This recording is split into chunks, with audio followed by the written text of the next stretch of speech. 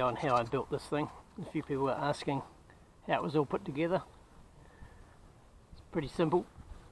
You can see a one driver pulley going around this one here, and a belt tensioner on that one, and keep that one just a little bit loose so it slips. If you hit into anything, it can spin the belt a bit. Double pulley to drive this outside one, and another tensioner pulley. It's just two bearings put together on a bolt. The shaft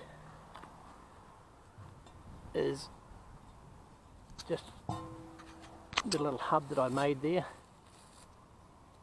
and it's welded to the axle, and then you put the axle on the lathe and just true up the surface, and another opposite on the bottom. It's only got 2 bolts in at the moment. It's actually supposed to have 4.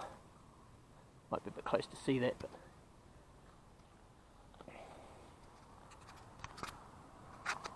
it was actually supposed to have a 2-stroke motor on it, but the 2-stroke had a keyway that was hammered out a little bit, which made it off timing, which made it really hard to start. This one's not that easy to start either, because I think it's a little bit low in compression. 5.5 horsepower.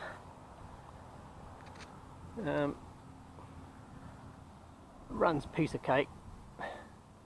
That's why this mount here was not made for this motor. That's why it's just a jack up, because I had to take the 2-stroke engine off. The 2-stroke had a pumped fuel carburetor on it, so you can tip this right up sideways and do the sides of the hedges, but as it's running here with a 4-stroke,